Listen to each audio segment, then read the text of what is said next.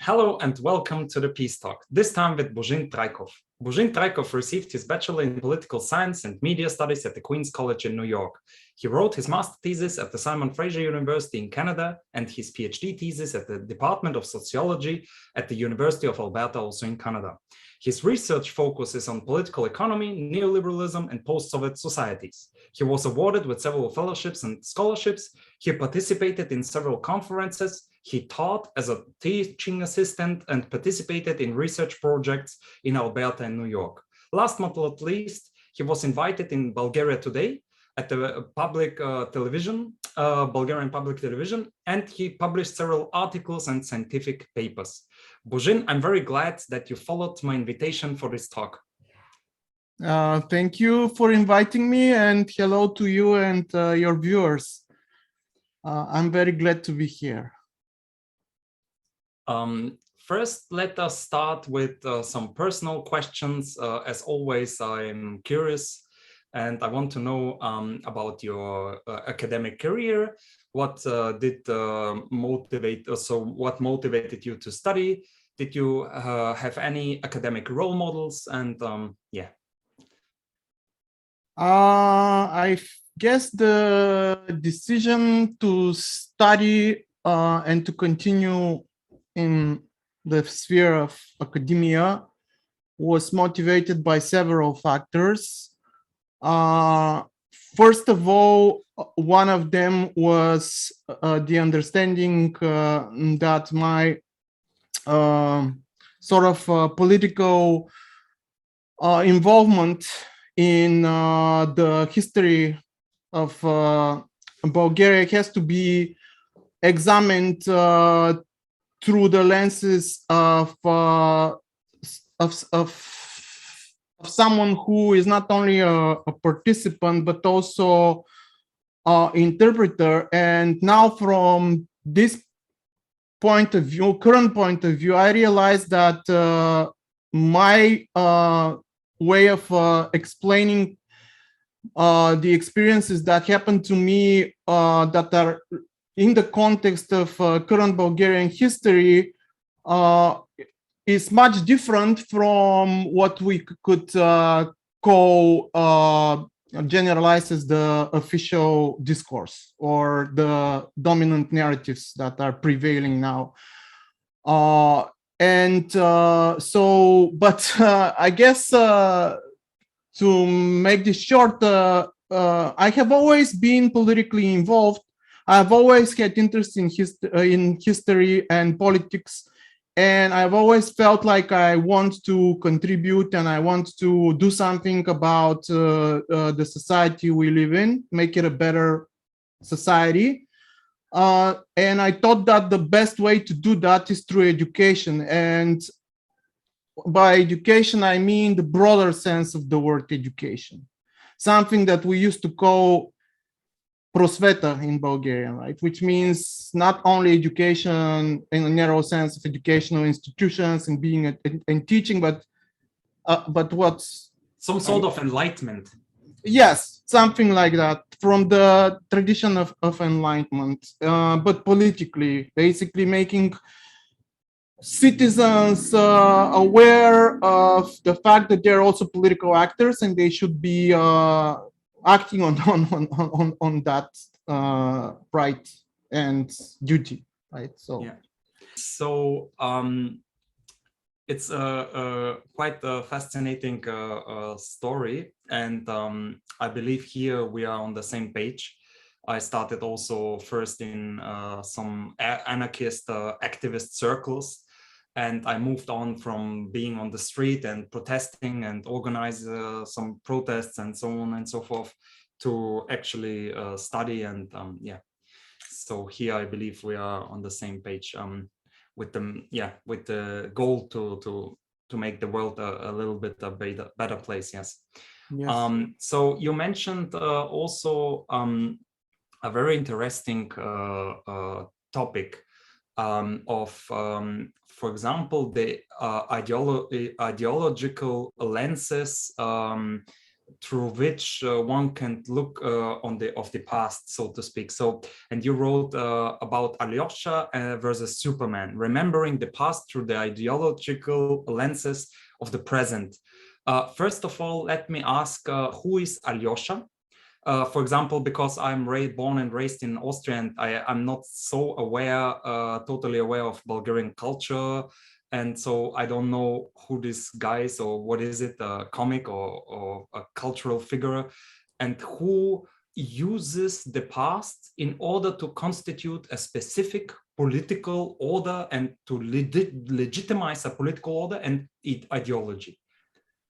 Well, this is my master's thesis, which was a long time ago, but interestingly enough, it's quite a timely topic now. It had just came back with, you know, with a boom recently, and I'll explain why. But to answer your question, so Alyosha is sort of nickname. Well, there is a monument in Plovdiv, which I kind of lifted that title of this monument to sort of use it as a symbol of the unknown Soviet soldier, because as we know, the Soviet Union lost millions of people as a result of World War II, which they called the Great Patriotic War. And those people, there are many different nationalities and ethnicity groups in the Soviet Union. So that's sort of like the unknown soldier that combines all of these people who gave their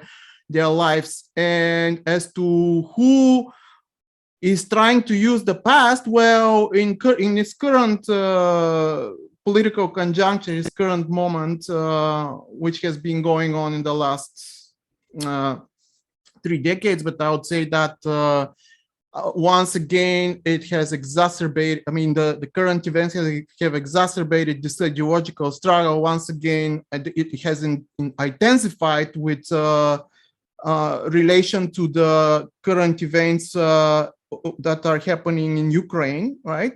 So, well, there is an attempt to present the past in a one-dimensional way, in a black and white narrative, as the sort of horrible totalitarian experience of the 45 years, and this monument as a symbol of this horrible repressive experience, which I kind of predicted in my MA thesis, that this is going to be space for political struggle, to use the Benjaminian sort of Gramscian also notion of war of position on the ideological front. And as we speak, there have been attempts that started 2 days ago by certain groups to once again vandalize these monuments by presenting themselves as supporters of the Ukrainian struggle for against the Russian invasion, and there is an actual, the sort of war of position has materialized in the sense that there are actual people who are protecting the monument and people who are trying to desecrate it at the same time, that are divided by a cordon of police. So, and this has been going on, and there are also cases of people on the side of the protesters who have been attacked by certain groups that we can call that have certain kind of that we have reason to believe that are sympathizers of extreme right ideologies, including Nazism. Well, let's just call it as it is. Yes, they have T-shirts of Azov battalion, and they have expressed their Nazi views, and they have attacked a certain member of a political organization that is called 23rd of September, and is a left organization, anti-fascist organization, and that happened yesterday, basically. So,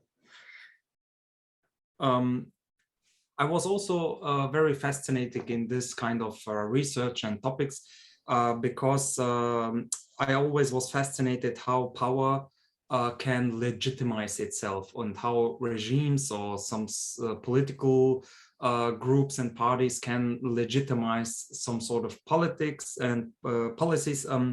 In that regard, I was also very interested in contested past, in constructing narratives, in the politics of memory, and yes, and in my opinion, these are tools for legitimizing a power structure, and these are some sort of new or old dimensions of identity politics, but in a different kind of sense.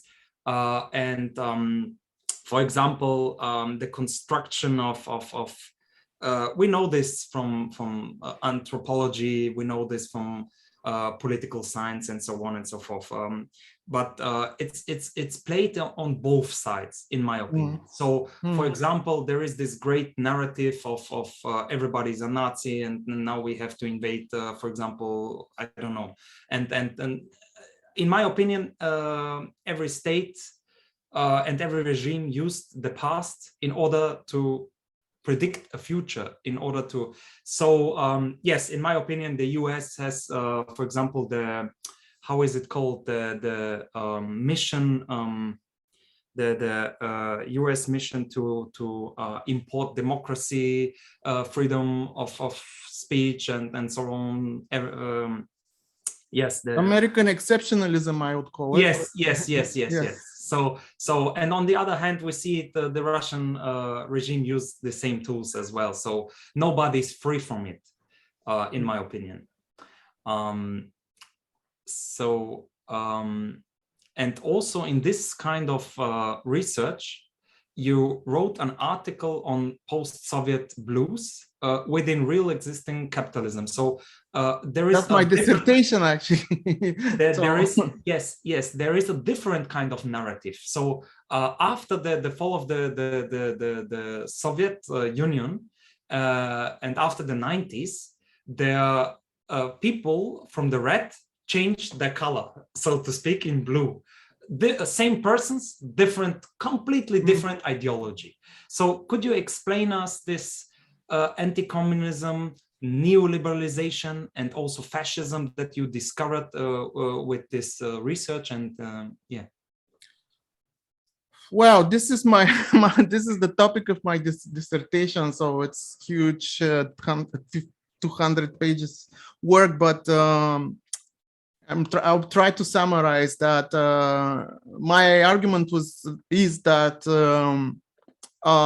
anti-communism, we can not only view it as ideology, it's also a mechanism of power, and it's the main mechanism by which the United States has established its hegemony in Eastern Europe. And we can clearly see it now with sort of, or I'm not going that much in that direction, but we can clearly see it with the demise of left political parties in Eastern Europe, which is a process. I mean, I think Bulgaria is sort of like the exception now that has sort of a strong socialist party from the that has remained from the past, but it has undergone such a horrible process of neoliberalization that we can, I mean, it's hard to call it a left, but still, if there is some kind of, at least on a symbolic level, a notion of the socialist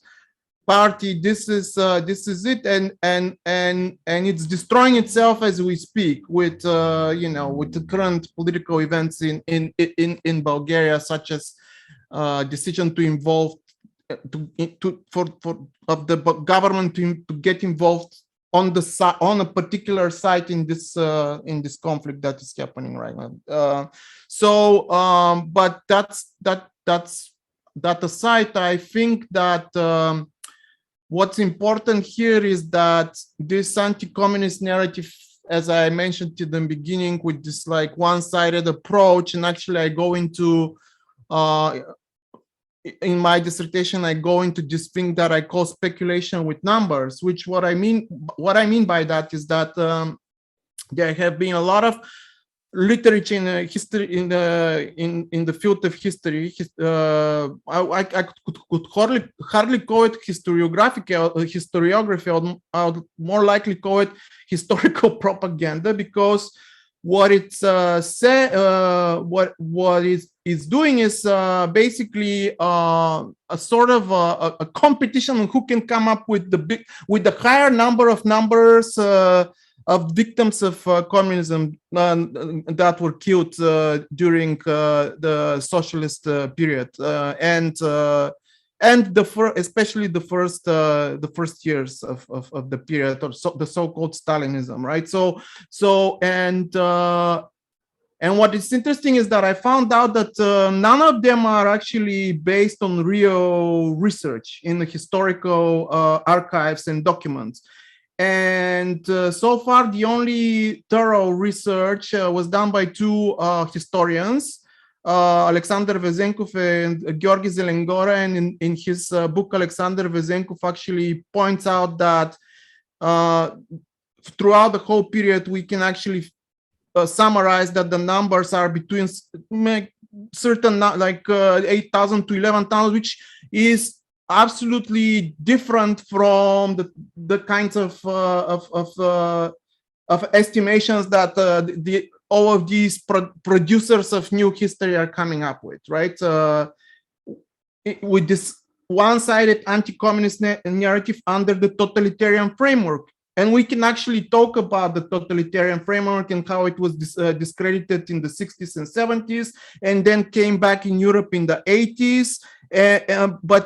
But it seems that all of Bulgarian historiography now is sort of a slave to this totalitarian model, right? And even in history textbooks, there is a requirement by the Ministry of Education to always say that this was a totalitarian system. Which again, this is an ideological term. This is not an actual historical. There have been many prominent and well-respected historians that have questioned this notion of totalitarianism, of all the 45-year period being totalitarian.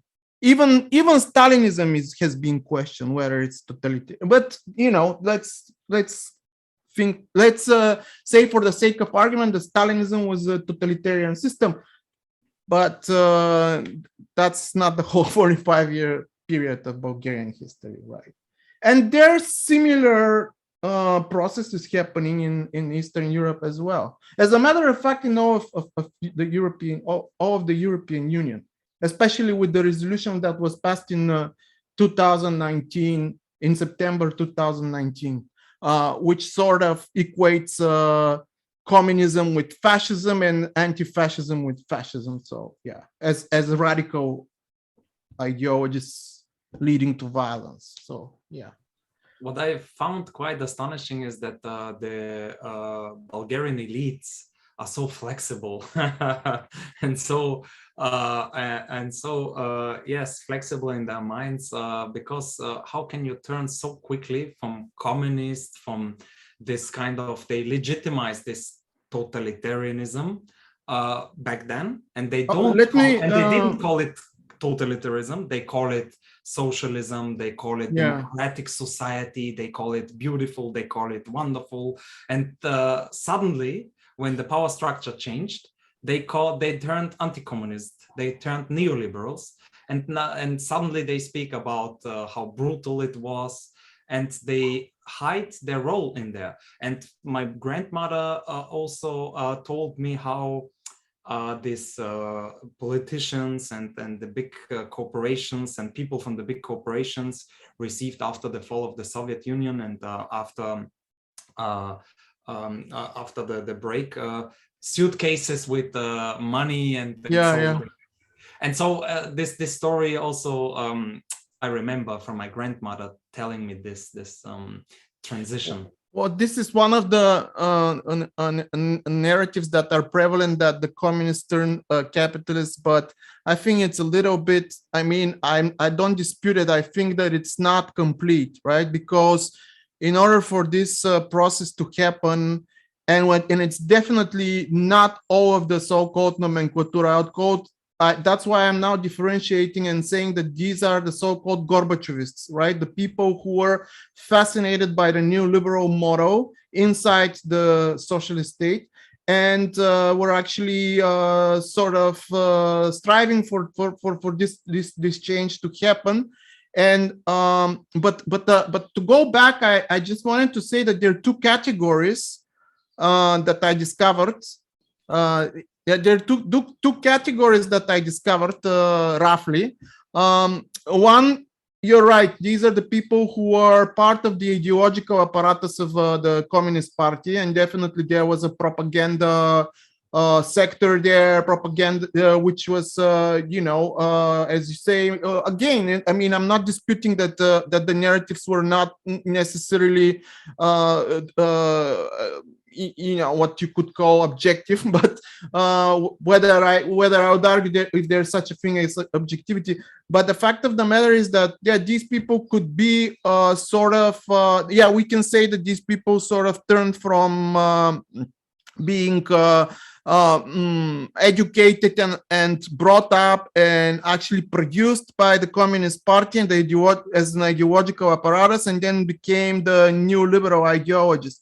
People like Ivan Krystev, Evgeny Dayanov, people like that. But another category which is not very talked about is that there are people who remained from, who are connected again, biologically connected to the former elite that was during the time of the alliance between the Bulgarian kingdom and Nazi Germany, that were very fine with, with the type of regime that existed at the time, the right-wing pro-Nazi regime. So these people also being parts of, youngsters being parts of these organizations, fascist organizations, now they are also prominent in Bulgarian politics. That's not to be ignored, because the former Minister of Finance, who is responsible for the negotiations with the IMF and putting Bulgaria under currency board, is such a person. His father was part of these fascist organizations, the Bulgarian Legionnaires. So yeah, so that's so it is interesting. You can find the connections in various ways between neoliberal political economy and neoliberal policies, economic policies, and actually anti-communist ideology, right? So, and in my dissertation, I go back and I also see how there are these parallels between the ways that at that time they weren't calling themselves neoliberals, because there was no such thing, but let's say liberals like Mises and Hayek and so on, the founders of neoliberalism, were actually in the beginning fascinated by fascism, thinking this would save Europe from the Bolsheviks, right? So this history should not be ignored. Yeah, and you're also very right in this regard. When we look at the history, for example, August Pinochet in Chile was installed, and also there was this putsch, coup d'etat in Chile against the socialist and democratic elected president at the time, Salvador Allende. Yeah. And he was supported by the Chicago School of Economics, and Hayek visited Pinochet, and the involvement of the historical involvement of Hayek and Pinochet is also very well documented. So I totally understand you, and I totally agree on the part that neoliberalism does sometimes flirt with fascism, neo-fascism, or this kind of authoritarian movements and parties and regimes.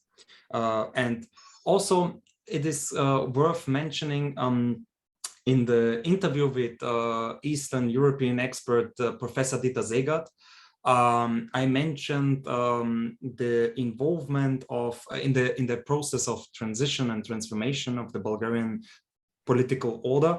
I mentioned the CIA involvement, National Endowment for Democracy, the Action Plan for Bulgaria, which was with several key figures. For example, Richard Runn, Ronald Utt, or for example James Baker. So there are prominent figures well documented also in several books.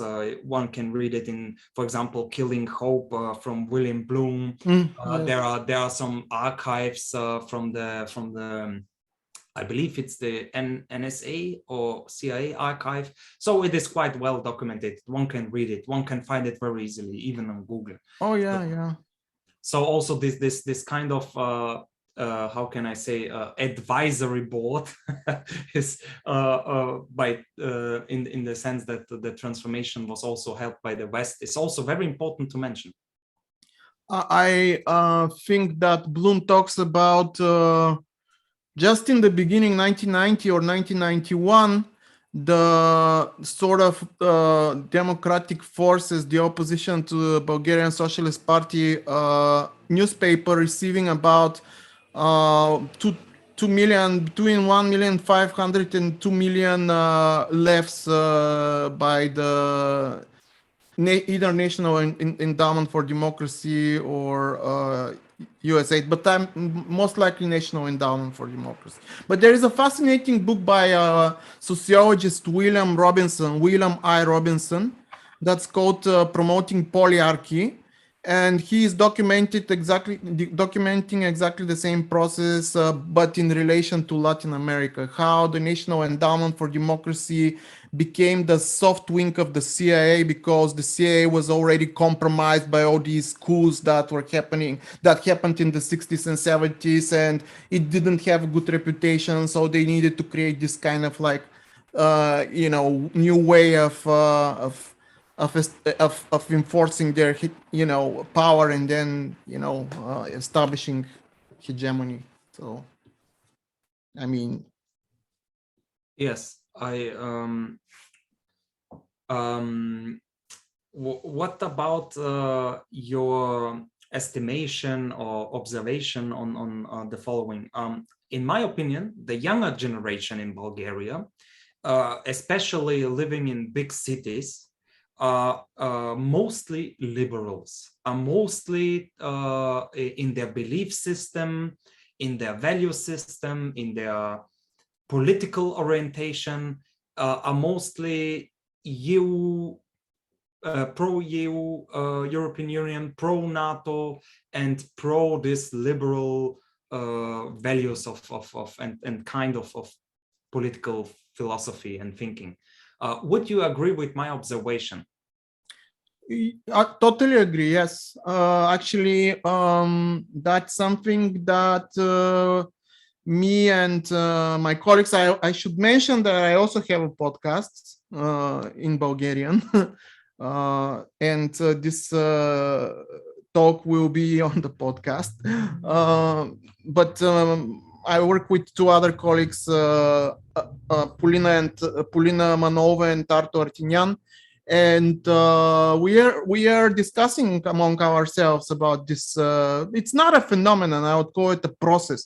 But I mean, it's understandable in one way because there are two aspects. One is that on the one hand, as I mentioned, the one-dimensional way of presenting the past, which is now in textbooks and media and popular programs and so-called documentaries, and there is a particular, well, there are certain networks that of intellectuals that are producing these narratives on a regular basis, and there's various institutions that what we would call them, for the lack of better words, civil society groups, right? But think tanks, NGOs, and so on that are dismantling these, disseminating these narratives and ways of looking at the past in this kind of one-sided way. So if you create a vacuum, if you sort of create this notion that the ideals of socialism are actually the biggest evil ever, right? If you create this notion that everything coming from socialism is just repression, it doesn't only work on the level of the labor camps and the people that are killed and the repression. there have been attacks, and I mean, it started with this, but then there were attacks on the economic system, saying that this system was bankrupt, that there were secret bankruptcies inside the socialist system. So there is a lot has been done to discredit the notion that public health, I mean, universal healthcare and free education is a good thing, is a common good, you know, and that's very, very important. And the other aspect I would say is that many young Bulgarians choose to continue their education abroad in the West, right? I mean, I'm not exactly in this group, because when I was, I mean, my sort of biography is different, because I became educated in the West, but I'm one of those that sort of left Bulgaria during this harsh economic period of the first shock therapy government, the hardline neoliberalization with the rapid privatization and all that and all the consequences. So I left way before Bulgaria became member of the European Union. So these kinds of benefits that young people got with certain programs to study abroad in this whole process, I'm not a witness to that. You know, I was abroad at that time, but I have experience. I mean, I have observations and talking to friends and all that. So and I can tell you that I mean, on the one thing, the local aspect of this is, first of all, what is available to young people, which is not only the one-sided narrative, but the lack of literature that presents a different point of view on the market itself, right? Like the lack of no books are produced, or no books are being published. I mean, with exceptions, of course, but no books are being republished. You know, I mean, old texts. I mean, I think there is only one book on Karl Marx that has been published recently, and it was because of his anniversary or something, like, well, maybe two or something like that. But you know, you still wouldn't. I doubt that young people are familiar with the works of Gramsci, not to speak of Lenin, of course. I doubt that they read Karl Marx. I mean, there is this aspect of depolitization in universities. So this again contributes to that situation. And of course, if you might, yeah, in Bulgaria, but you mean in Bulgaria? Yeah, but it is this. But my experience has been, well, it's diverse, because I have been in several institutions of higher education. But for example, in my PhD experience, I mean, there was one professor that was sort of, you would call him having an interest in Marx and the Marxist tradition, right? But other than that, it was very hard. You would have to do it on your own. And in some way, you kind of become a black sheep after that, you know? So,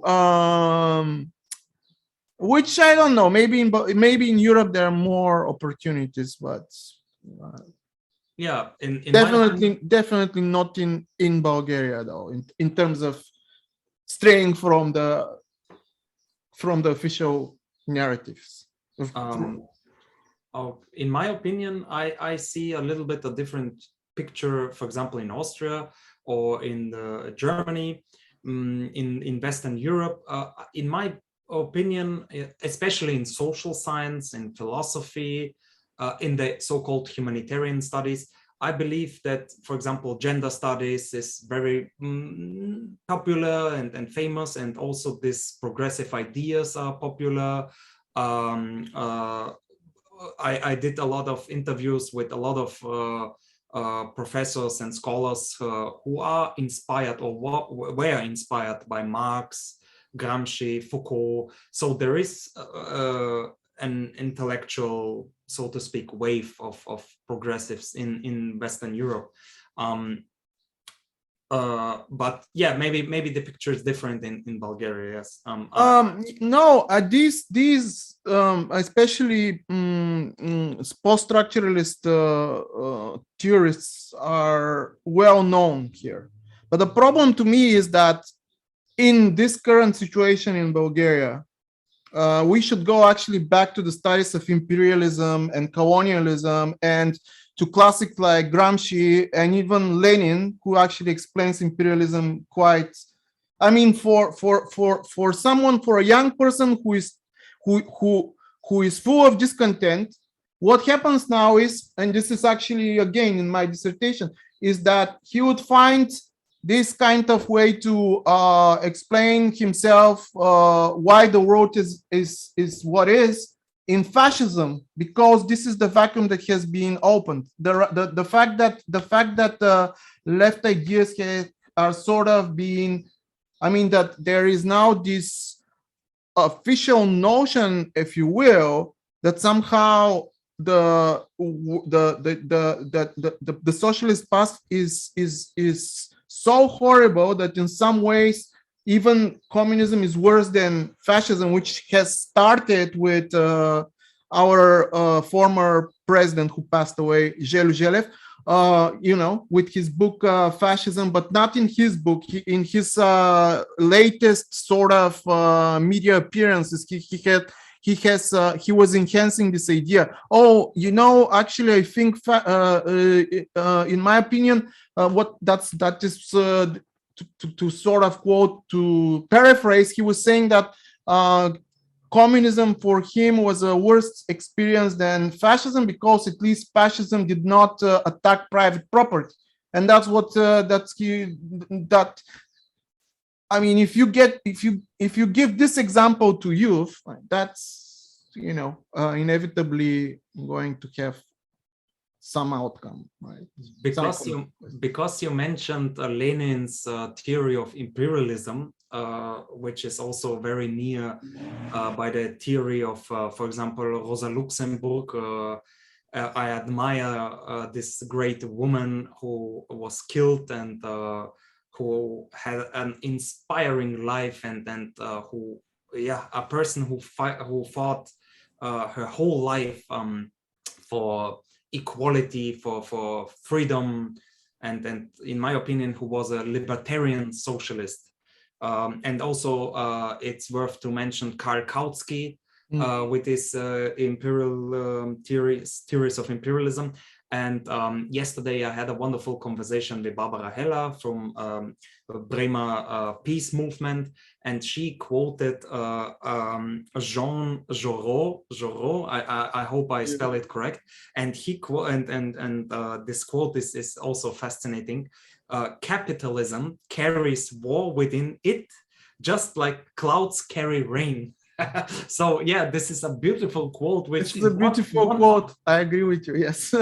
In one sentence, you have the whole imperialist theory. So, and it's quite logical, because when you need to how can I say, occupy new markets, for example, or to when the capitalist system is driving you to move around, to grow, and you need other places where you can invest.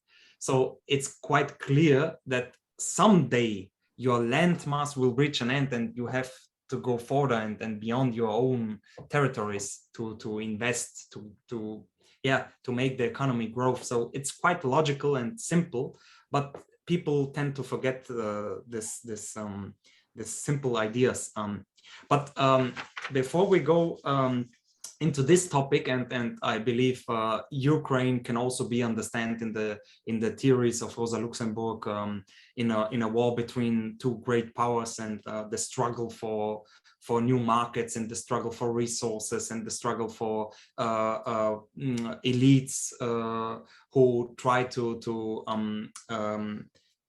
make Ukraine their sphere of influence.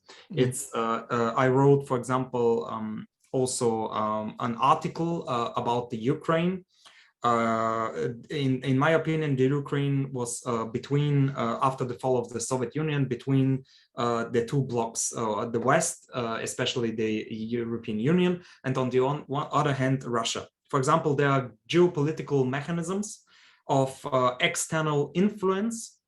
For example, we can see this in the integrational or integration projects. For example, there is this EU foreign policy towards the Ukraine, European neighborhood policy, and so on and so forth. And on the other hand, we see Russia has as well some integrational projects with Belarus, with Kazakhstan, and so on and so forth, Eurasian Economic Union, and so on and so forth. So there are free trade agreements on both sides. There is 2014, the EU Association Agreement. So there are some kind of soft power tools, if we want to speak in neo-realistic terms. There are these soft power tools who try to bring Ukraine in their sphere of influence. And also on the cultural side, we see this struggle, this contestation, this fight over ideas, over values, and over the past, of course. Because the one hand is always telling the story about Holodomor. I hope I spell it correct. And the other side tells always this narrative of Nazism and fascism. So I believe there are on many levels, on many dimensions, a great fight to bring Ukraine in their sphere of influence. And what is your observation on this kind of let us begin with the soft power and the cultural fight of Ukraine. Let us start with there and then move on to the greater geopolitical situation. What's your take on the Ukraine war and what it's all about?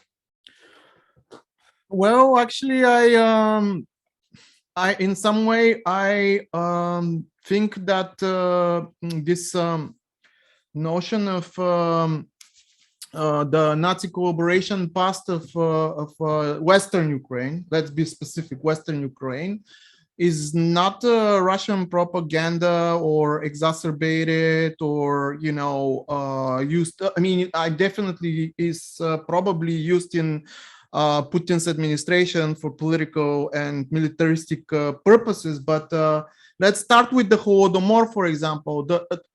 Maybe not everyone knows that the Holodomor, the term, I mean, the notion of the Holodomor as genocide against the Ukrainian nation, that nationalistic sort of interpretation of this horrible, you know, disaster and catastrophe that happened, and we should not be you know, we should be straightforward saying that this is a result of the collectivization policies and this is yeah, this is a consequences of that. But let's be clear about this. First, this narrative, speaking from an ideological point of view, was imported in Ukraine by the Canadian immigration, which primarily is this Western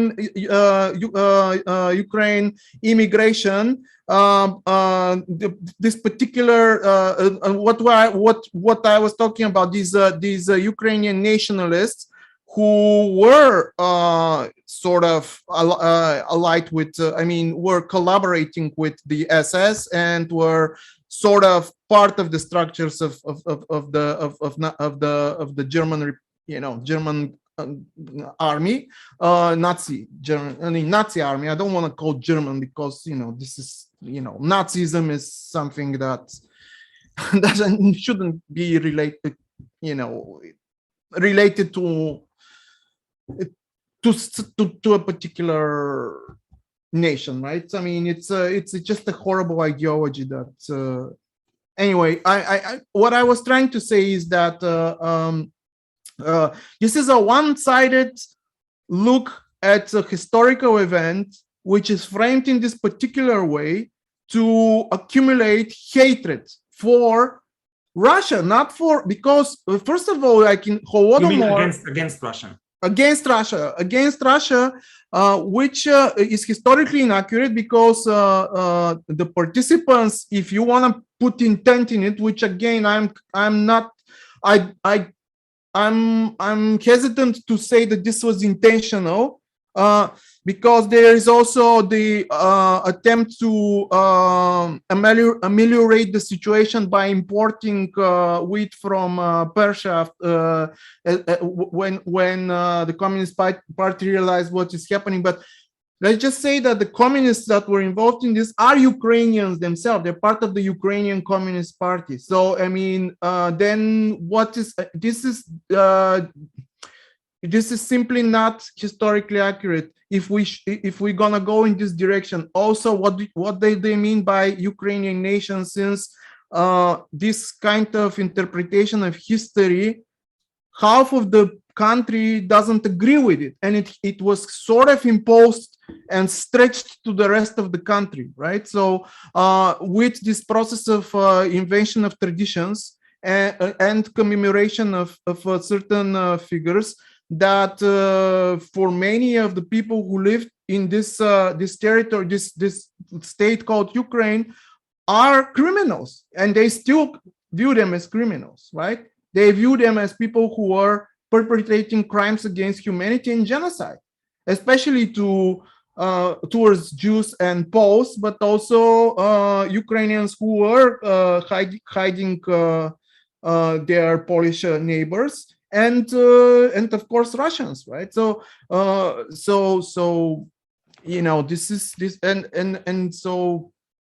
If I may, yes, I agree, and there is a academic debate on this. For example, on the one hand, you have people like Raphael Lemkin who wrote that this was a genocide, and for example, Gerhard Simon and Ernst Lüdemann, they also are speaking of with this term genocide, so it is intentional in their opinion.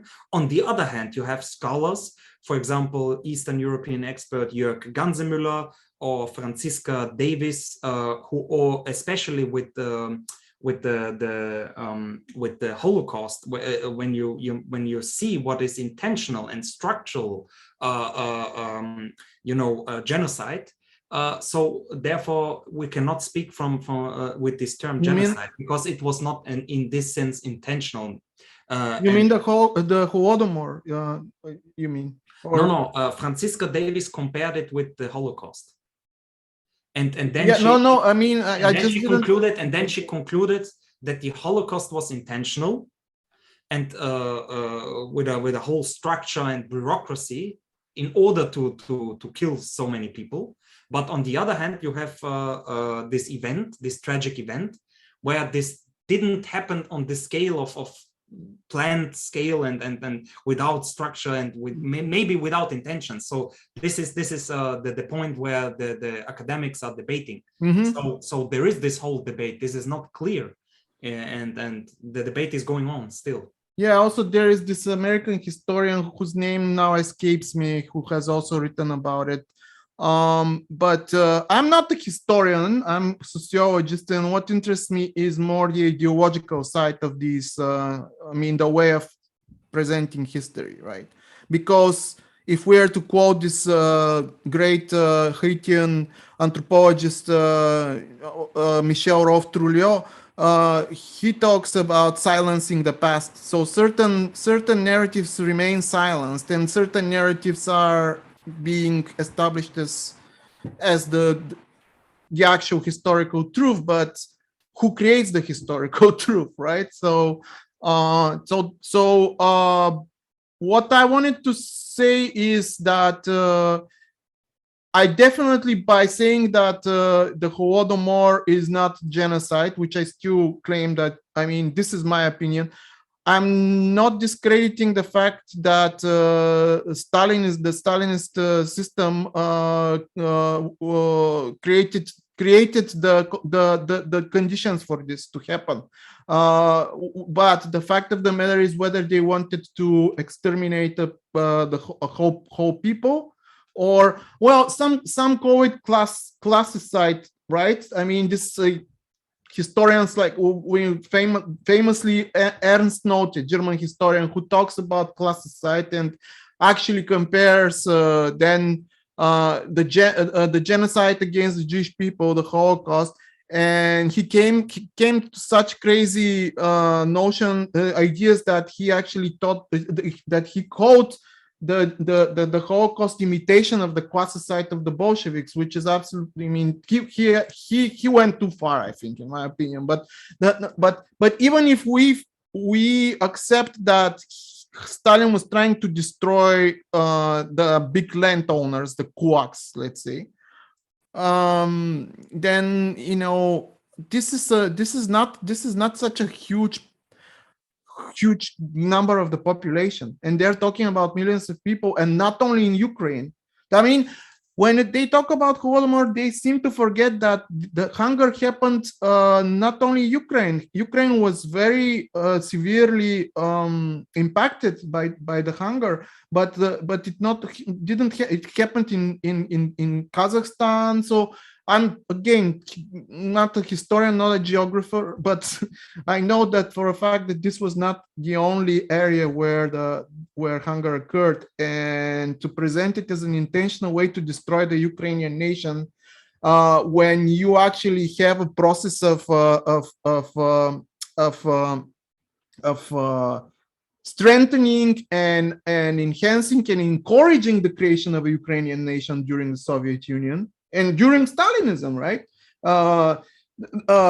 Ukrainian schools in Ukrainian language being built and Ukrainian literature, so I mean, this doesn't, it seems to not, it doesn't follow through, the logic escapes me to try to destroy people and then actually enhance their culture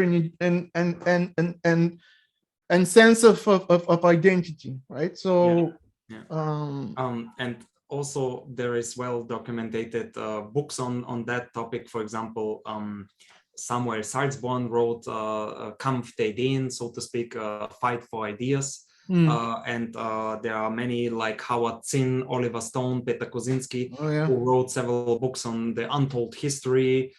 They are specializing on the US, but there are also many other historians. Ilan Pape and many others who wrote about the Palestine conflict and so on and so forth. But the list goes on. So there is this fight of the past and the fight for, okay, who tells the right story, so to speak. But also we can see, to be objective, in my opinion, it's as an academic, we need to be as much as possible objective. In this sense, especially if we call ourselves socialists or anarchists or whatever, we need to criticize both sides. We need to put the finger on empires, on exploitation, on power structures and elites. This is our duty, so to speak. And in this regard, we also have to mention the ideology of Putin's regimes. So, for example, I can see this in Serbian YouTube channels and media outlets, also in Bulgaria, this kind of idea of Pan-Slavism. So there is this narrative that the Soviet Union and Russia helped us from the 500 years occupation of the Ottoman Empire. So this is one narrative. Then there is this brotherhood, this pan-Slavic brotherhood, and then there is this narrative of the church, the Orthodox Church. And we also have to mention that these are problematic narratives as well. It is not clear black and white. It is not the altruistic Soviet Union who want to free this brother Bulgaria from the Ottoman Empire. Of course, there are interests. Of course, there are elites. Of course, there are sphere of influences and geostrategy and so on and so forth. So, and on the other hand, we have to mention that Putin's economic system is not socialist in any sense. So Putin's regime is neoliberal, and it's in the interest of some oligarchs. which are buying football clubs and yachts and so on and so forth. We know this story.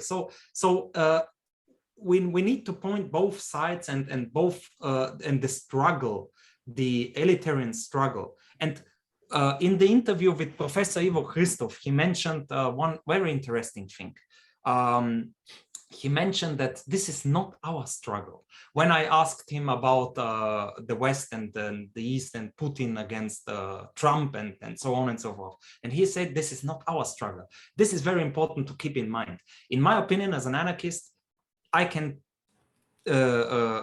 confirm that statement, that this is not our struggle. And we need to point the finger on both sides, and we need to criticize both sides, and both are imperialistic, both are oligarchic, and these are power structures. And yeah, what's your opinion on that? Rhetorical question. That's quite a huge well, first on the question of like what should I start with? Let's start with the question of Pan-Slavism. That's something that was actually, as far as if I remember correctly, that's an ideology that is constructed during Ekaterina the Great. So you can imagine how far back in the past this goes. And it's nothing surprising that now this sort of narrative comes back, because if you look at Putin, as you mentioned very well, he's not a leftist. He's far from socialist. You probably heard his speech before invading Ukraine, where he directly it was like a historical lecture. Yeah, directly blaming Lenin and the Bolsheviks for the creation of Ukraine and all these kinds of narratives, and trying to reestablish this sort of symbolism of the Russian Empire and all that. But on the question of what's happening right now with the military operation, I'm a Hegelian. I think that we have a historical moment now, which has the potential for something bubbling up from the ground up, and you can see it with the actual soldiers waving the flag of the Soviet Union, bringing back the people of the Donbass, bringing back the monuments of Lenin, and bringing back so this is a process of recreating, rebuilding collective memory that has been under attack for so many years. And that is one aspect which could in some way pressure Putin to turn to the left. Also, the geopolitical system itself, I mean, the geopolitical situation itself right now could play this role, could sort of pressure Putin to turn more towards China, right? And in that sense become more sort of on the left. But again, we shouldn't, I mean, I don't want to be sort of naive or romanticize this, or my opinion about the war is that this is not a war that started in the 24th of February. This is a war that has been going on for 8 years. It didn't start by Russia didn't launch this war, and I definitely think it's a preemptive war. Whether for the actual sort of intentions of Putin and his inner circle. Because I don't want to say that Putin is the only one, the only decision maker. There is no such. I don't believe in this fact of the sort of Hitler is the sole decision maker, or Putin or Stalin is the only decision makers. Everyone works with an inner circle. So in that sense, I think that I lost my train of thought. No, I can add something, or maybe I can also disagree on a specific, but maybe it's a misunderstanding. But No, I just wanted to. Okay. Yeah, I just wanted to say that Putin has been maneuvering, right? Because again, because I'm interested in ideology, he has been maneuvering with symbolism. In the beginning, he tried to sort of establish the imperial insignia, the imperial symbols, but he sees that on the ground, actually, people don't care about the imperial past of Russia. They actually are trying to reconstitute the notion of the Soviet Union as this place where when people had rights, dignity, workers had rights, and so on. I mean, again, I don't want to romanticize it, but I think that's how. For definitely, because I've been talking to people who were there, documentary filmmakers, and they say that they are definitely, that's how the people in Donbass are experiencing it. But I'm sure that also people inside Russia as well. There are many people inside Russia that are sort of very nostalgic for the Soviet Union, precisely because of the neoliberal regimes that had started, of course, with Gorbachev, but with Yeltsin, there was this horrible shock therapy neoliberal regime leading to sort of plundering of resources and a new colonial situation, not much different from what we're experiencing now in Bulgaria. But this, of course, because Russia is a great power, did not really continue for a longer period of time. But let's not kid ourselves. This is not a regime that cares much about the working class, of course. I mean, and we know that there are socialists and communists that are against the war and are being suppressed there. We know that. So I tend to think of it as a dialectical contradiction. What's happening with the war? I'm definitely not for this war to continue, but at the same time, I don't disregard the denazification aspect, because it could be viewed as propaganda by the Russian state, the official propaganda. But but there is also the fact of the matter is that there has been a process of creation of an extreme form of nationalism, an ideological process that, that's also coming from inside and outside forces, right? So of course, it's not a contradiction. It can be at the same time both propaganda on one hand in order to push the military invasion. On the other hand, it could be true. So it's not either. No contradiction in the sense that there might be a potential there. I don't want to be cynical, but there might be a potential for change, for change for the better, for mobilization of forces that could create, strong left movement and then a left party. That it's so. I understand your position, but in one aspect I have to disagree, because it's in my opinion it depends on the starting point. It depends on where do you start your analysis, where do you start your how can I say, how it depends on where do you through which lenses do you see it. For example, the question who started the war is very tricky. It's not an easy question, because you said that you don't believe that Russia started the war. Now, this is the tricky part, because if we start with the 24th of February, now this year, we have to accept that Russia started the war, but this is also a small narrative. So this is also a short period of time, and maybe a short analysis. If we start with the Maidan massacre or Maidan revolution, Maidan uprising, no matter how you call it, it also depends on through which lenses do you see the event, Maidan massacre or Maidan revolution, Maidan whatever.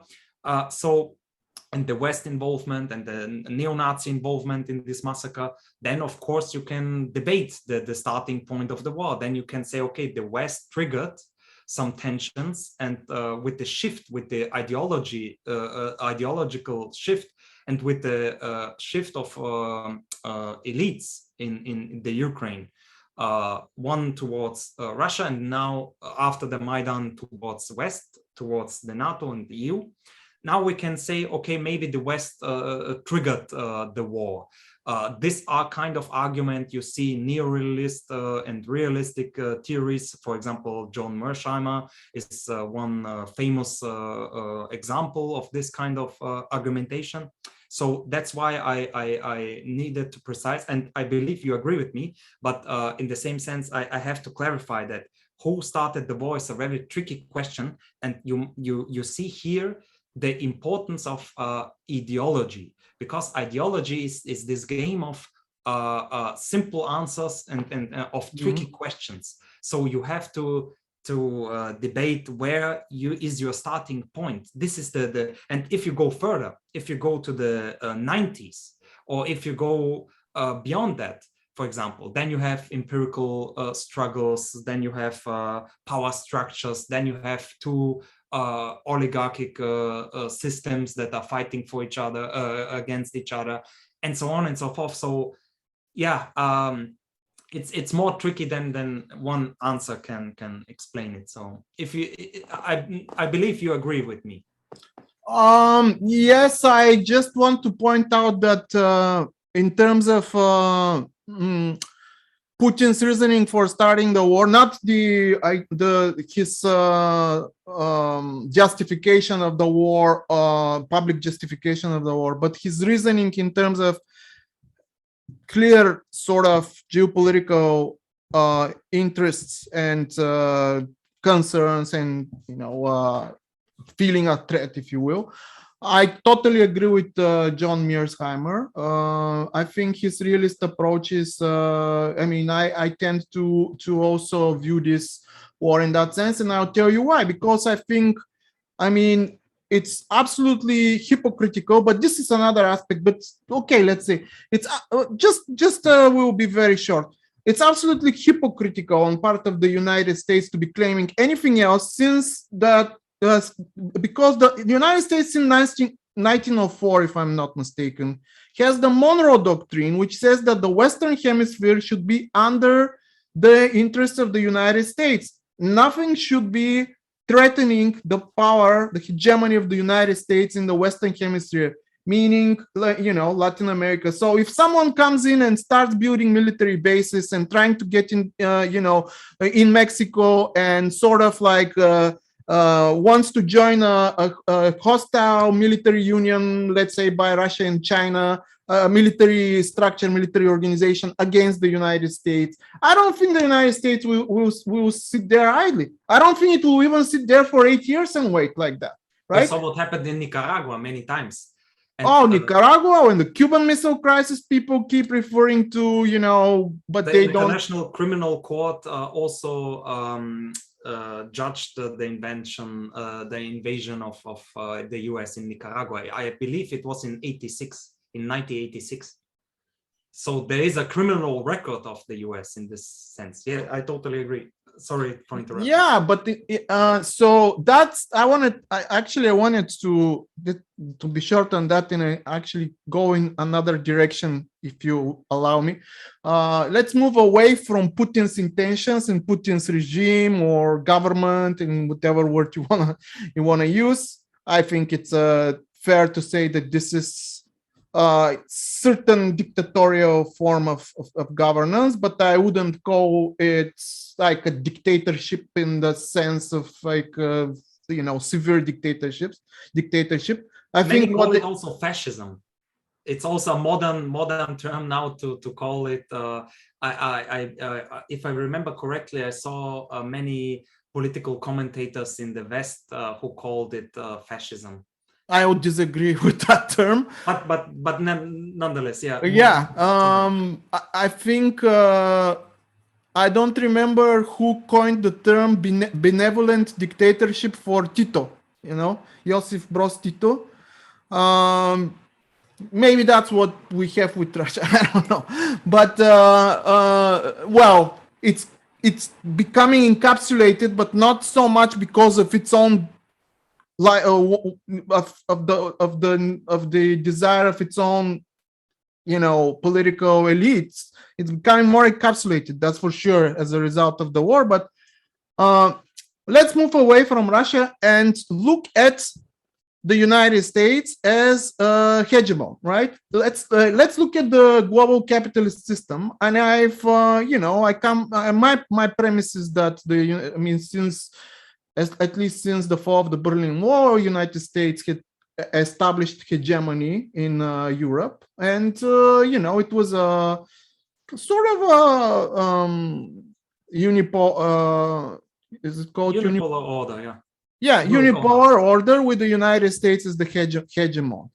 But if we look at hegemony in the Gramscian sense, that you have to establish hegemony through consent and coercion, and he is actually emphasizing on consent, not coercion.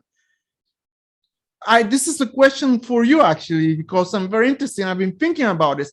Can we actually even think of the United States having hegemony now, even in the European Union, since it's actually acting as this sort of bully that is kind of pressing Europe to do their bidding, to actually do their will, right? So I wouldn't call that hegemony, right? Because it creates this notion of solidarity, which is so stupid to think about this word in, when we talk about neoliberal form of supranational governance, but this notion of unity of the European Union, but underneath something is, not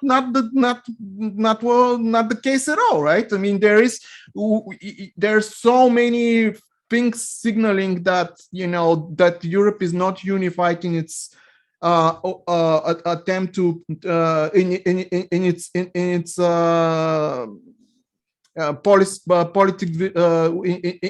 in its Russophobia, let's say, right? That this Russophobia is sort of the propagandistic aspect of the kind of way to establish ideologically the official discourse. But I'm not sure if it's still a discourse. I think that this discourse is cracking, more and more. Recently, just today, I was looking at a Spanish journalist who was talking about, who was on the ground in Ukraine and talking about what the Ukrainians are doing to the civilian population, and how the people inside the studio were trying to sort of, spin it and do damage control. But these kinds of things are starting to come out, that these different points of view. And I don't think all of the European states inside the European Union are happy being deprived of Russian gas, right? So and energy resources. And so, yeah, do you think that the United States still has a hegemony? I mean, and not to speak that that now it's very fashionable to say, oh, the world is against Russia, but what is all the world when actually, the people, the countries that are strictly,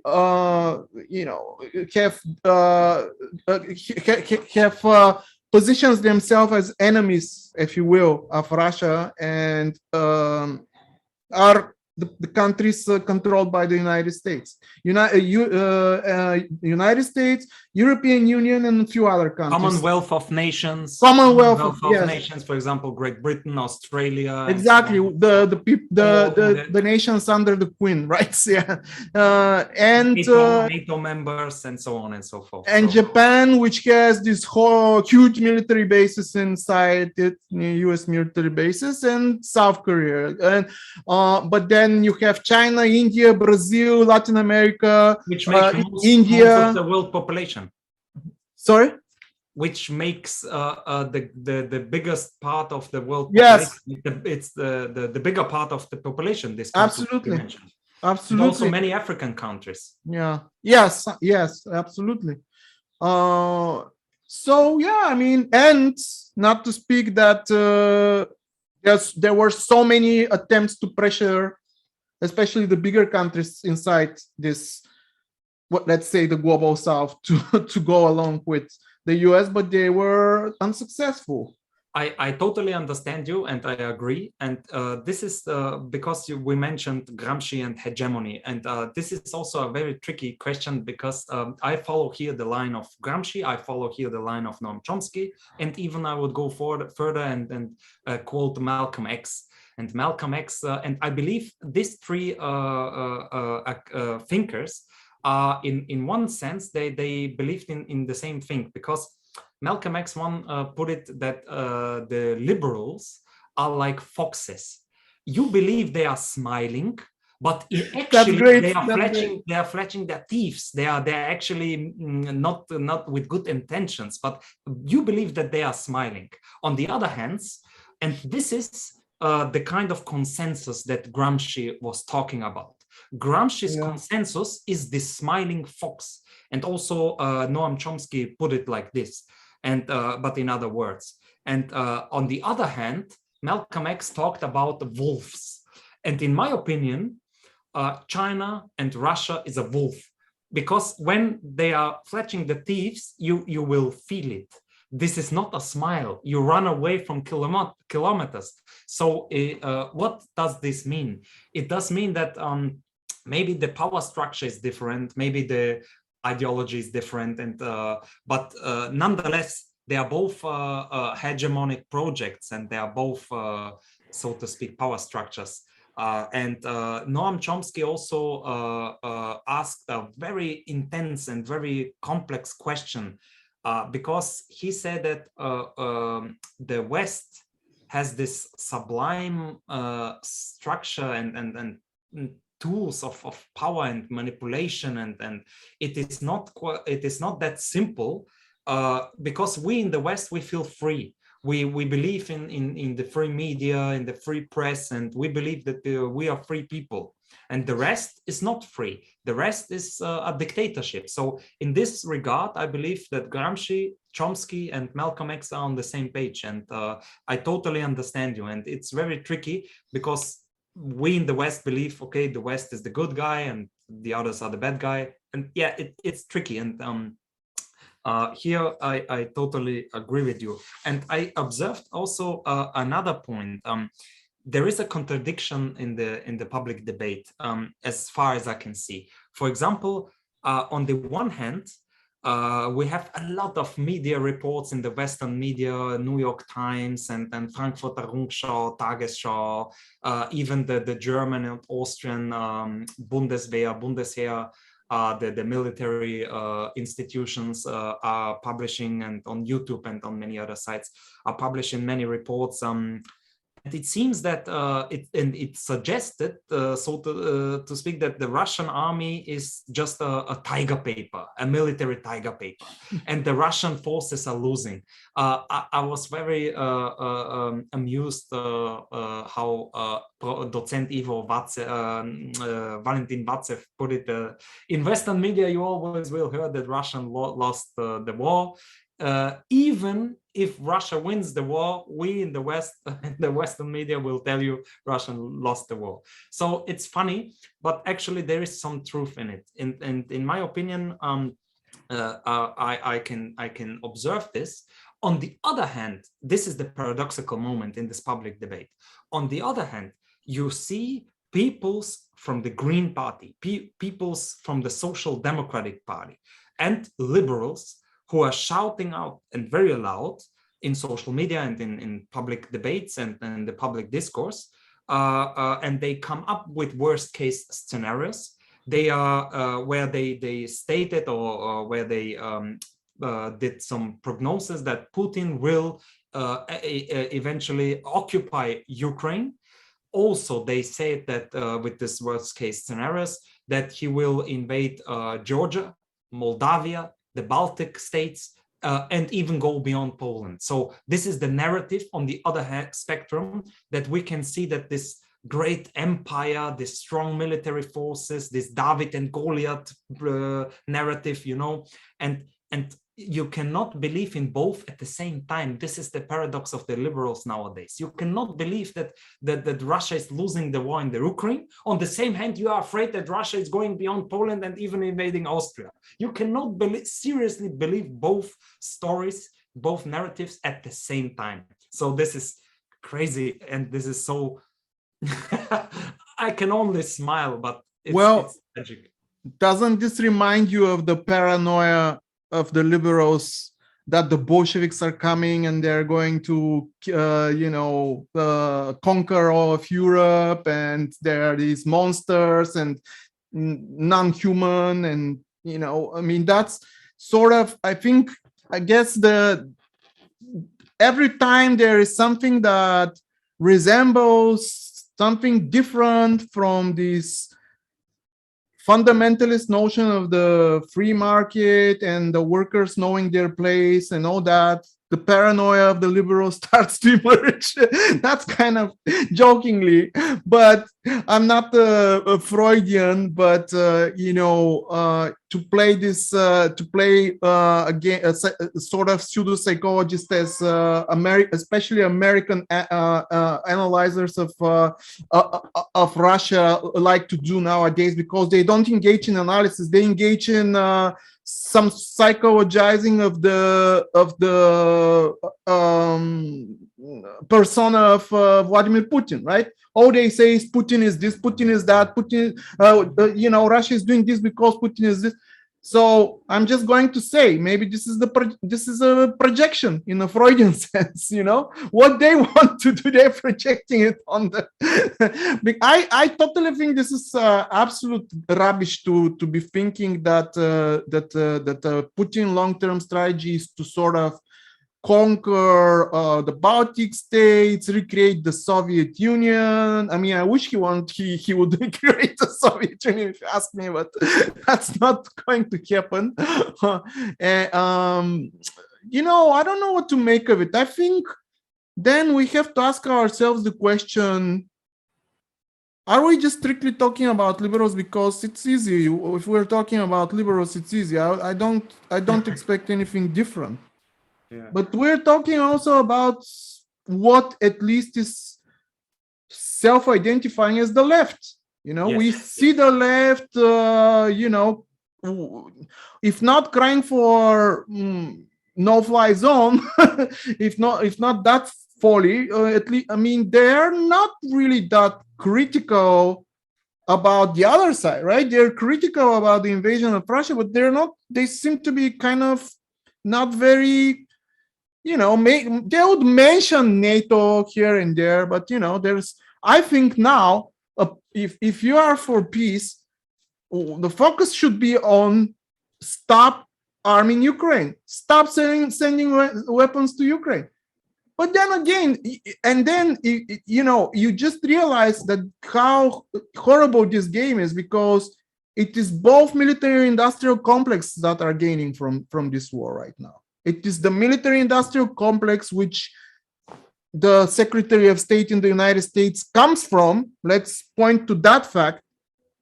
It's not important that he is African-American. It is important that he comes from Raytheon, from the military-industrial complex, from the private military-industrial complex that is producing the Javelin system right now, that is being sent to Ukraine. So this is the person who probably still sits, or I don't know, but he comes from the board of directors of Raytheon. But I'm not naive. I think the same thing is happening in Russia as well. The military-industrial complex in Russia is also gaining from this. Absolutely. Let's stick with the topic of left liberals, because it's also very important to make a precise distinction and to be precise, because in my opinion, there is some, like Nancy Fraser put it very well in some articles in her book on progressive neoliberalism. So there is this discourse on progressiveness of woke culture and wokeness, and to be inclusive, to this but actually Nancy Fraser is correct in this sense, that this is all in my opinion, it's in this discourse of progressive neoliberalism. And many left liberals, social democrats are falling for this. But this kind of philosophy is, in my opinion, not left. It has nothing to do with left-wing philosophy, because if you are a left-winger, you have to be egalitarian in a radical sense, and also in a materialistical sense, because it doesn't matter if, for example, the chancellor in Germany is Angela Merkel, a woman.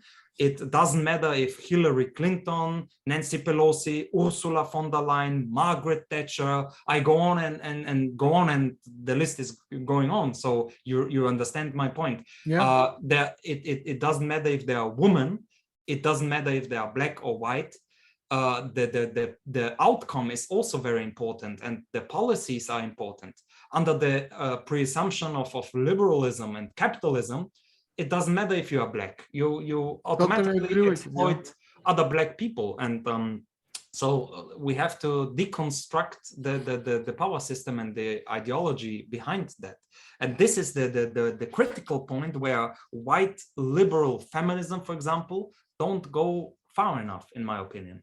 They have some good points, and I agree on many of them. I actually call myself queer feminist. I believe in feminist values, but I'm very critical of white capitalist liberal feminism. So we have to be very precise on the debate, you know. On the question of wokeness, I think those people should, if they ever read it, should reread Fanon's black skin, white mask, right? I mean, this is exactly what it is. This is the notion of this is sort of the African American or whoever who is brought up in the values of the oppressor or the colonizer, and now starts to think that he is part of, he's part of the circle, he's part of the club, right? And this is the defense minister. This was Obama. I mean, let's not kid ourselves. That a Marxist critique of this kind of phenomenon, not a phenomenon, but this current stage of capitalism should be exactly that. We shouldn't be caring, because I mean, one of the biggest war hawks in history are women: Margaret Thatcher, Hillary Clinton, Madeleine Albright, who recently passed away. I mean, it's so. Ursula von der Leyen is also very loud on weapon delivery and on militarization of the EU. So Ursula von der Leyen is also not a peaceful. Yeah, it really doesn't matter, what gender you are, what sex you are, what is the color of your skin. What matters is your class position and also your position within within power, right? What kind of a position you are, what's your, as Gramsci would say, what's your function within society? And when he was talking about intellectuals, he was talking about category of intellect. Everyone is an intellectual, everyone can be a monkey cannot be an intellectual, because you can't train a monkey to, what was his, I think his example was, you can't train a monkey to iron board or something like that, right? So everyone has the capacity to think and to be to exhibit intelligence, but an intellectual is a certain category, certain class that functions in society, right? I mean, that's why you have traditional intellectuals and organic intellectuals, right? So maybe we can think of those liberals as these organic intellectuals of the neoliberal system, because they are completely fine with capitalism. They're completely fine with class disparity. They're completely fine with the benefits that the system provides. They're just criticizing some aspects that are not threatening to the core of the system. So yeah, yeah. It's in my opinion, and they're hypocrites. That's their main trend, I think. So. And I believe it's very important not to prioritize one form of oppression over the other form. So class, race, gender, they are, in my opinion, equally important. And in my opinion, they have to be equally also tackled, at the same time. We don't have to say, okay, it's just a class struggle. Yes, it is a class struggle, and it is a worldwide class struggle. But at the same time, we see, even before capitalism was invented, even before Columbus invaded, even before Europe invaded Latin America, there was some forms of oppression. There are racism, sexism, and so on and so forth. The history of rape, for example, of male dominance, goes far beyond capitalism. So we have to be clear that the human mankind is not so simple. So there are forms of oppression, and we have to treat them with respect.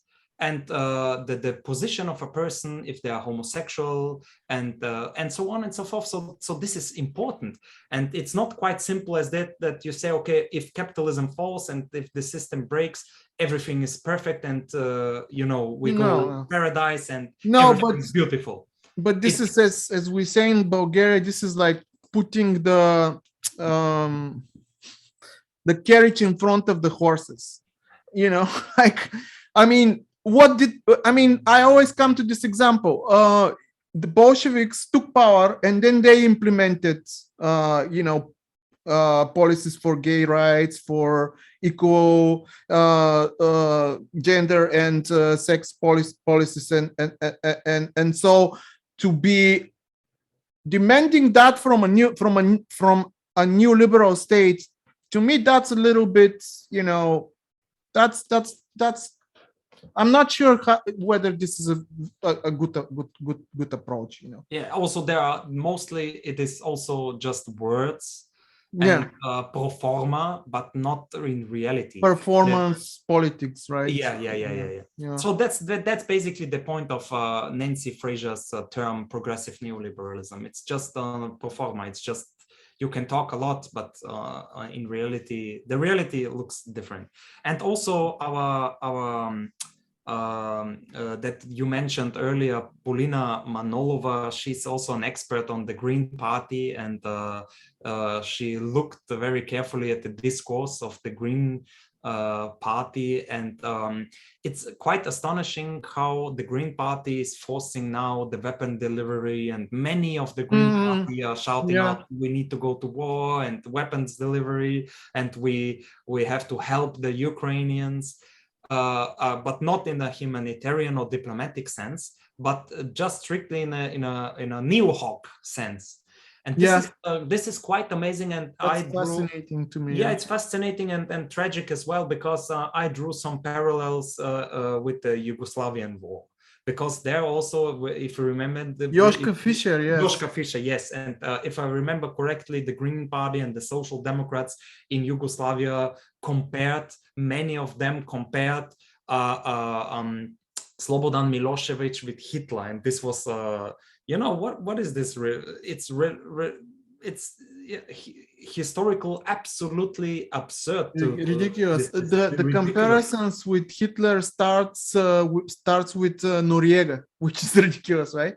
And then Saddam Hussein, and we see this comparison many times, and it's ridiculous. And the Green Party is playing their roles in this ideological warfare. Do you think they will lose their electorate as a result of that?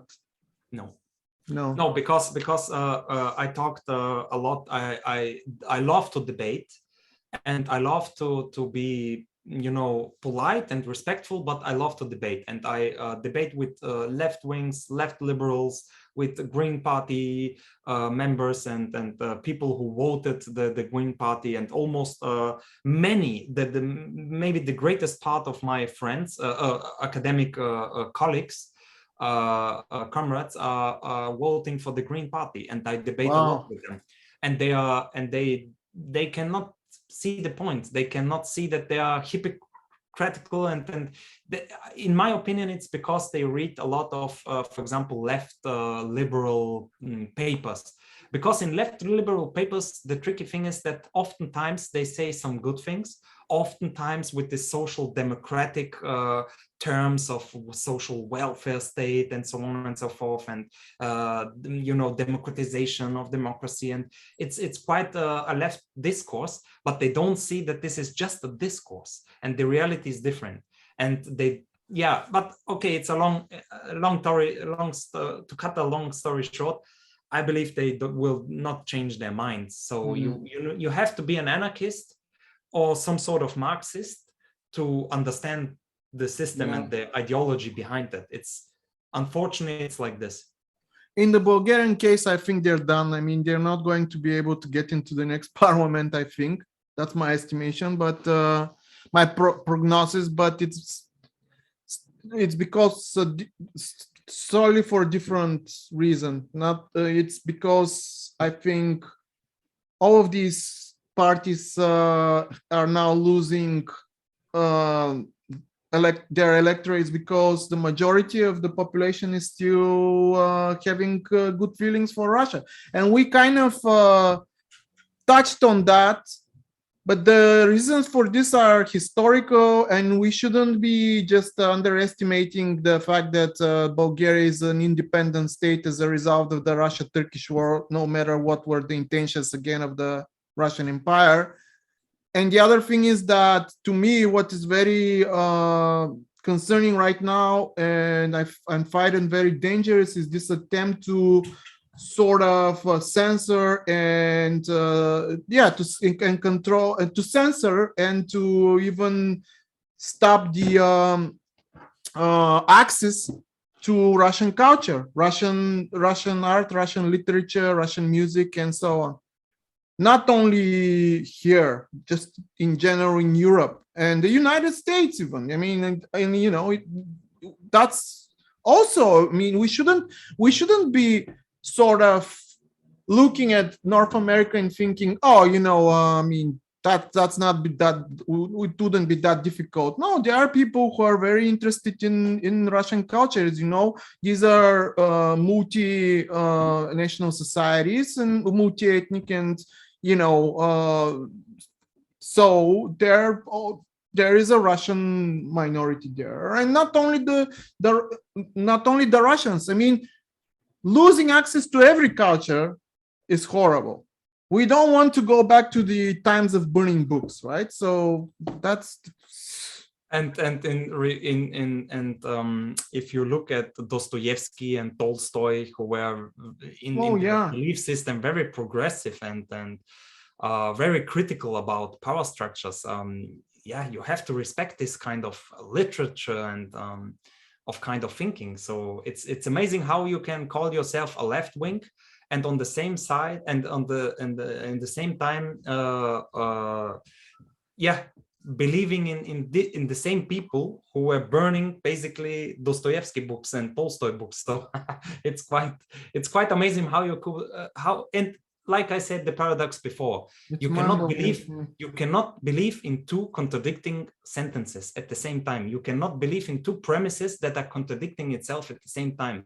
But the problem of the left, maybe, and here again, to be precise, left liberals, because they are not left in the sense that authentic left, in the sense that, it's important to Then the question is, are we having unconscious liberals who are thinking that they are left?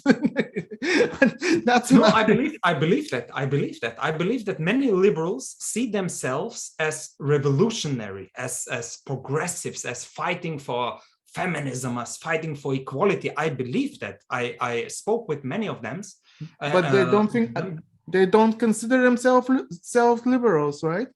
That's the problem. That's the problem, that many of them don't consider liberals, but if you debate with them, it's quite obvious that they are liberals. in their value system, in their belief system, even in their interpretation of history, in regards of imperialism, in being radical for radical equality, even in the form of democracy, for example, council democracy, you know. But yeah, okay. Yeah. So I don't want to go this this debate in a kind of rant of left liberals. They have also their opinion, and sometimes they are right. Most of the times, in my opinion, they are not. But okay, it's like, and it's easy to fall in a fallacy. It's easy to fall in a trap. So we have to criticize them, but with respect. And I believe it's very important. Even we both. Many times we are on the same page, but sometimes we disagree, and it's important also to disagree. Oh, yeah. It's important to keep up the debate, to have an open debate, even with right-wingers and with conservatives, and because many of the people who are in the spectrum of conservatism, they are in some sense pointing out good stuff. For example, I agree on many things that John Mersheimer is talking about. I agree also on many things that Professor Ivo Christoph is talking about. Not on the whole thing, and not I disagree on many things, but it's also part of our culture. It's part of democracy, and even it's part of the scientific community. Without having a debate, you cannot have scientific debate. Well, that's why I started to read recently some of the Russian thinkers, contemporary Russian thinkers, to see what's going on. Like people like to see the point of view, what's their point of view, where they're coming from. People like Andrei Fursov and Alexander Dugin, who is being called fascist in Western Europe. But reading him, I don't.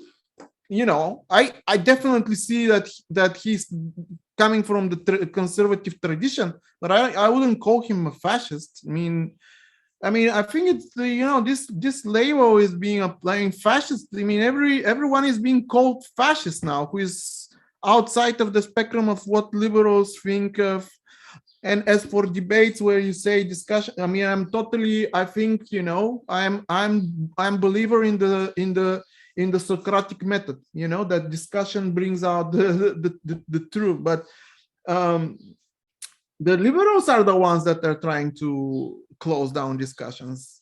The cancel culture comes from the liberal notion of what should be permitted and what should not be permitted. I think that, again, there are degrees. I don't want to debate with global warming deniers and Holocaust deniers, or people who believe that the earth is flat. Having said that, I really don't wish that they, don't exist. And, because, when we think about the green, there are some fringe aspects of the green that think that all of humanity is the problem. Let's get rid of humanity so the animals will all be fine and the planet will rejuvenate itself, right? So not to go into so again, it's a level of degree. I'm totally against cancel culture when it comes to the chance for everyone to express their opinion. But when you have people who are really calling out for some hatred or denying history, and then but I don't think that, let's say, the ones that have been sort of the cancel culture dears, like Jordan Peterson, for example, and I can't think of someone else. Ben Shapiro, even Alex Jones. I don't think these are people who go into that category of the Holocaust deniers, the global warming deniers, or and the global warming deniers are, again, like, it's a very new. There is also a big spectrum there. We should then ban Michael Crichton. He's a global warming denier. The famous novelist Michael Crichton. So again, this is also very. Yeah.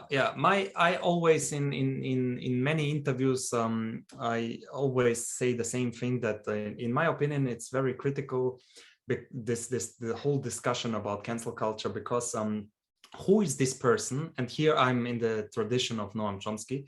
Who is this person, or who is this institution? Who give power to this institution to select who decides? Yes. Who decides what is truth and what is not true, and what is truth, and also where is the thin line of what is allowed and what is not allowed.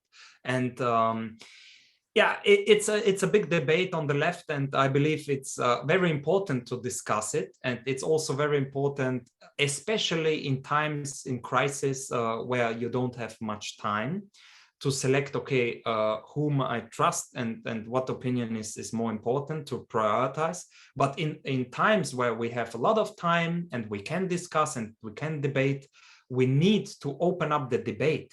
For example, Slavoj Žižek stated it very clearly, that it's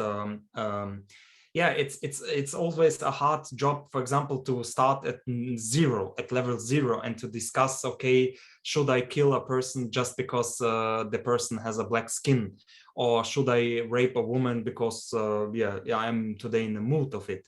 So there are absurd discourses and there are absurd topics, I understand, and fascism, Nazism, and I think Žižek is also right on that, if in the sense that it's costing time and it's absurd discussion. On the same time, you need to to pick these people up and to show them, hey, you are wrong on this in this. And I believe people can change.